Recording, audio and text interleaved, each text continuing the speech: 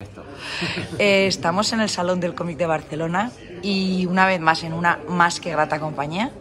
Estamos con Juan Díaz y con Alonso Iglesias, que nos han presentado un nuevo cómic, Yutzil, Éxtasis y Redención, cómic que yo he tenido la oportunidad de leer, que me ha encantado, yo os lo digo a los dos, me ha encantado. La primera pregunta es para Juan. Juan, un día nos traes Corto Berlinés, nos descubres una historia importante que casi todos desconocemos con Rubén Pellejero. Al día siguiente, Black Sad, con Juanjo Guarnido, con otro registro de historia, género negro, muy adaptado a su estilo de dibujo.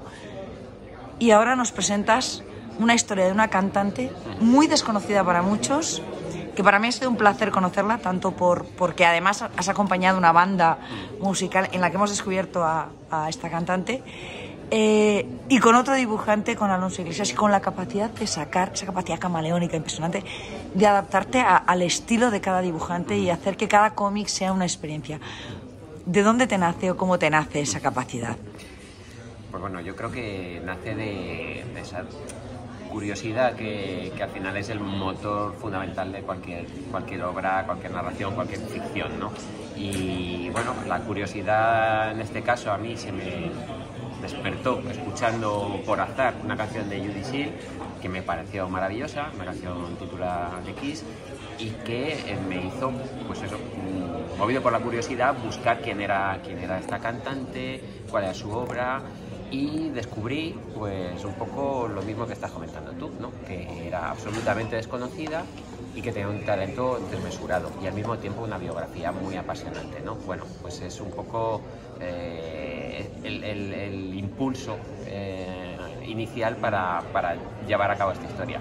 La diferencia con las otras suele venir marcada pues, del compañero que en este momento pues, tengo la suerte de tener al lado, que es Jesús Alonso, y con el cual pues teníamos ya muchas ganas de trabajar haciendo algo, y eso condiciona la manera de hacerlo.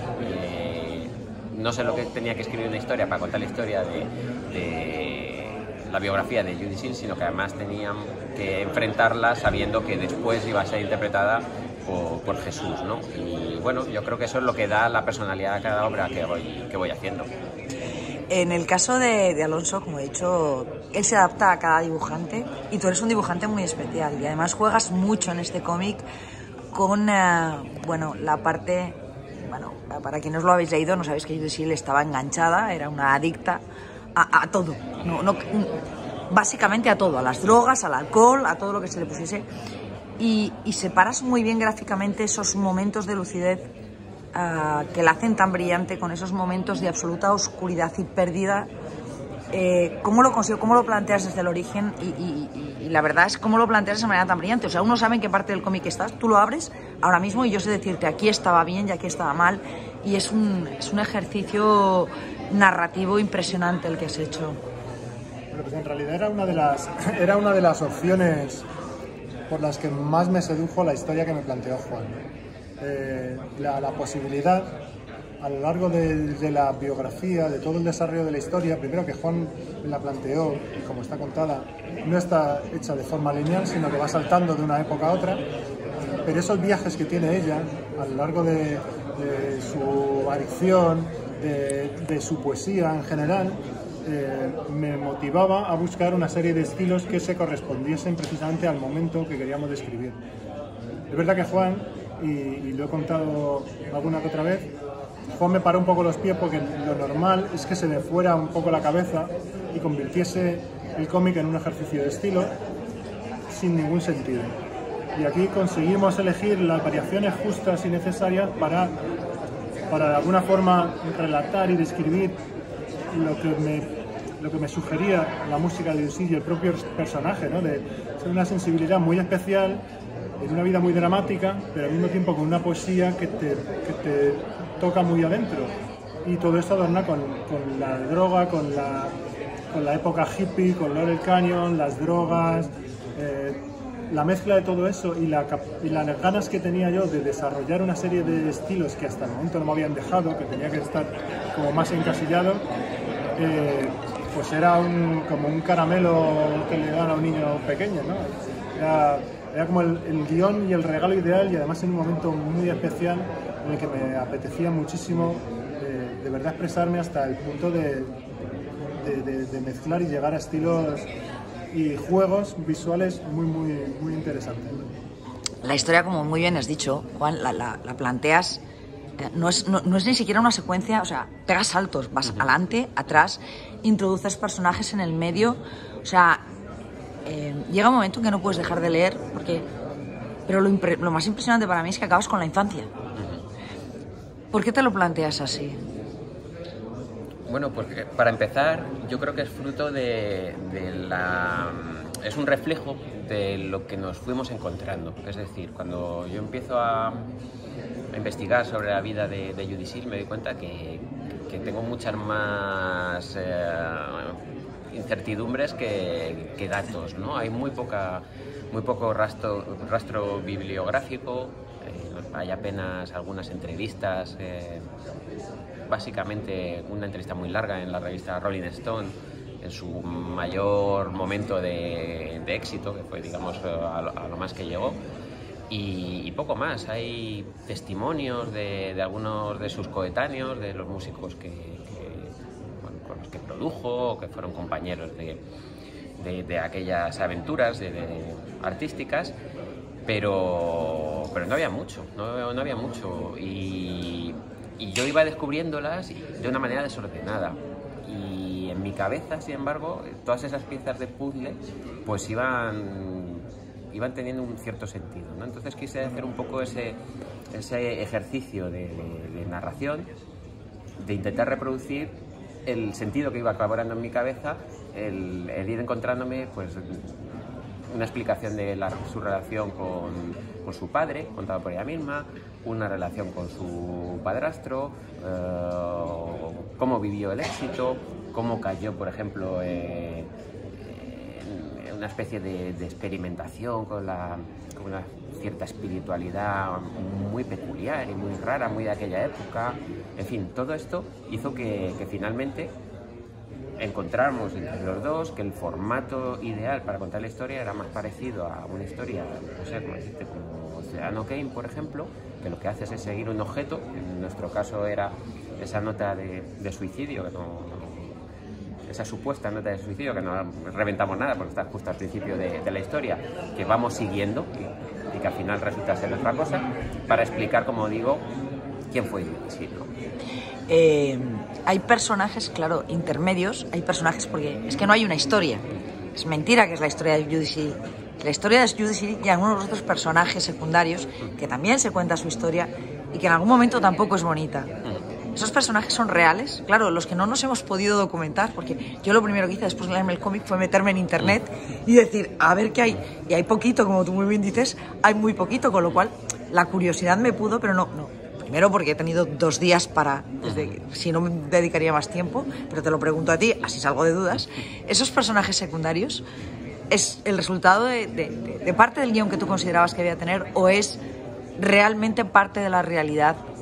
Es una mezcla de las dos, porque allá donde no llegábamos con los datos, entraba en juego la ficción, y es una cosa además, yo creo, buscada y que nos gusta. Yo creo más en la ficción como para creo más en las historias para explicarnos las historias que los propios datos, digamos, ¿no? Yo creo que la ficción es una manera maravillosa de conocer el mundo, de conocernos a nosotros mismos, de conocer al vecino de enfrente, ¿no? Entonces en ese sentido no es una labor de historiador, es una labor de alguien que está de 2 personas que están contando una historia, ¿no? Y creo que aunque suene paradójico, eso le da más realidad, más visos de realidad a lo que contamos. Y los personajes históricos que puedan salir, los hay. Es algo parecido a lo que hago con Blacksad o con Corto Maltese. Es una mezcla, yo creo que es un recurso tomado prestado de Hugo Pratt, ¿no? Mezclas de tal manera personajes que existen con otros ficticios,